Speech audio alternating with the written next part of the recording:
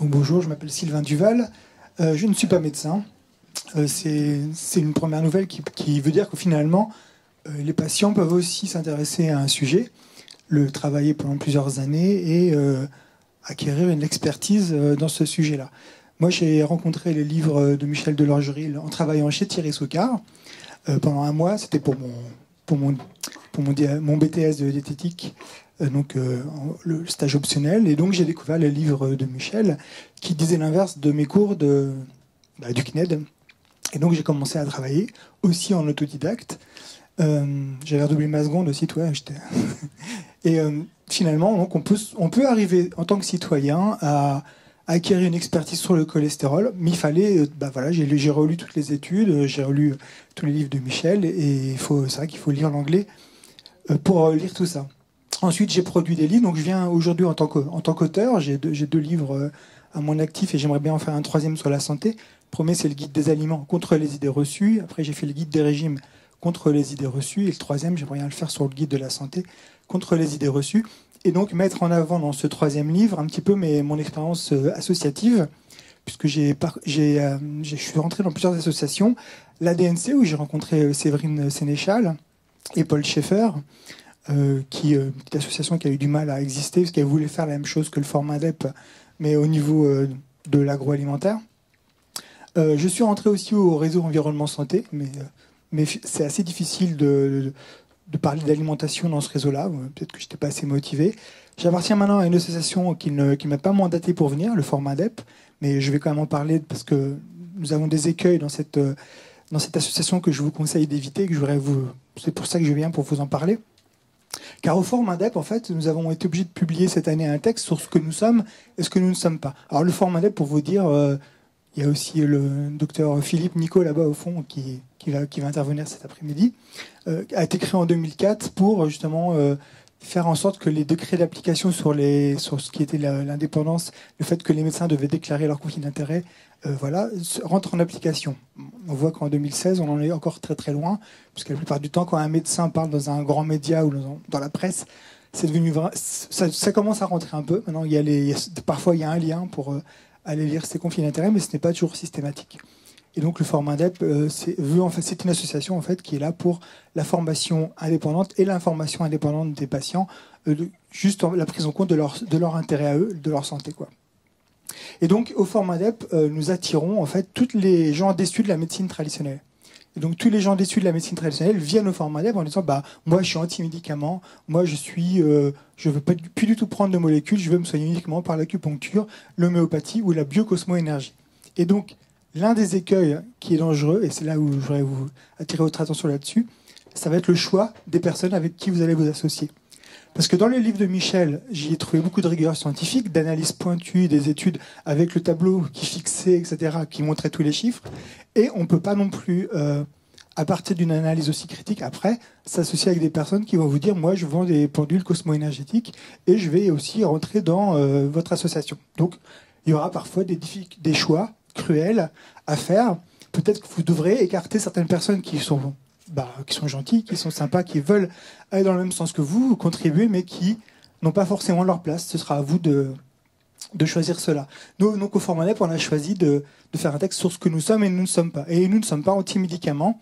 Nous ne sommes pas non plus des experts du médicament. C'est-à-dire que pour tout ce qui est analyse de la littérature, on se réfère plutôt à la revue Prescrire, qui a 30 000 abonnés, donc 10 000 médecins, et donc qui a un certain budget indépendant et qui fait tous les jours, qui a des experts qui lisent tout ce qui est données scientifiques et qui disent cette molécule-là ne fait pas mieux que les autres.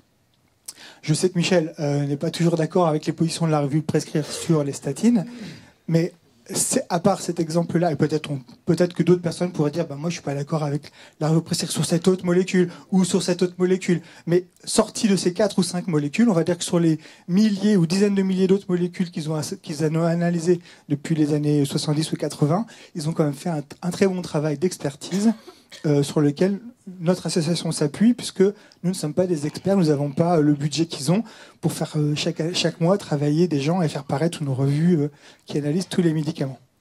Donc vous voyez la difficulté d'être une association qui décide de faire de la nouvelle médecine, parce que nouvelle médecine, aussitôt, dans l'esprit des gens, ça résonne comme médecine alternative ou parallèle ou autre, ou voilà, plus ou moins alambiquée.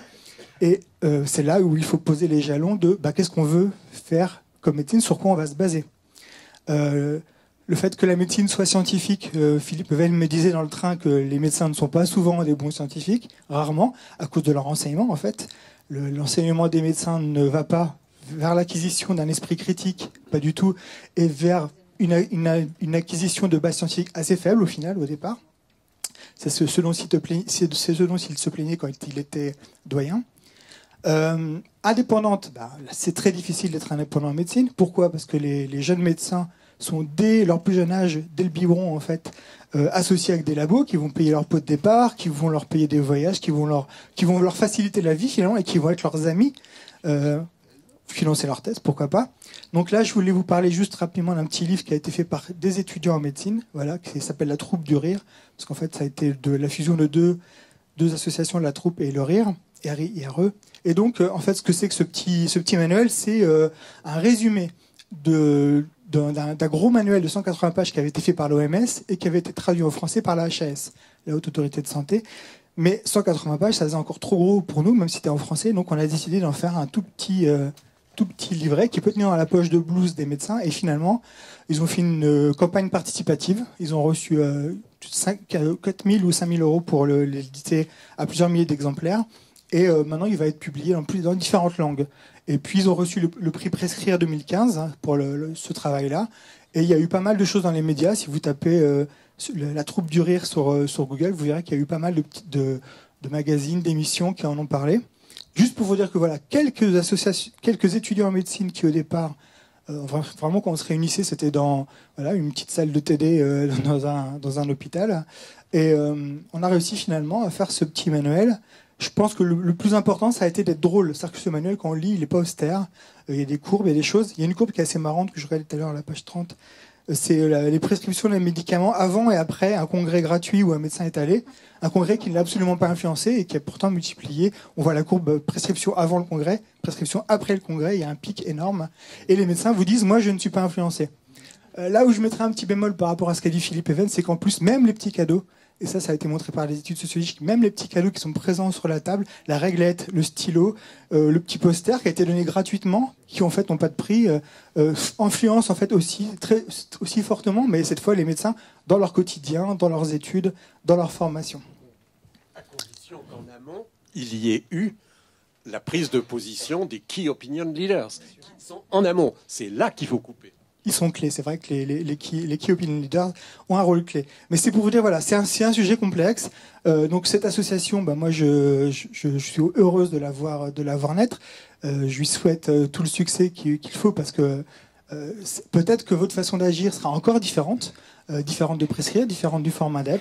Mais donnez-vous les moyens d'agir. Choisissez bien vos partenaires. Si vous voulez avoir une rigueur scientifique, il faut à ce moment-là s'y tenir. Et ça peut être difficile.